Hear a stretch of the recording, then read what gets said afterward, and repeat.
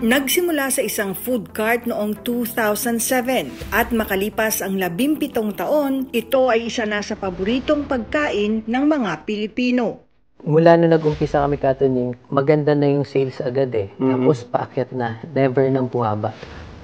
Pero ang bawat tagumpay may katumbas na matinding sakripisyo. Katuning, sabi ko nga, mag-isip ka ng trabaho sa Turks, lahat ng makikita mo. Lahat yon nagawa ko. Naging cashier din ako, naging crew ako, naging delivery boy.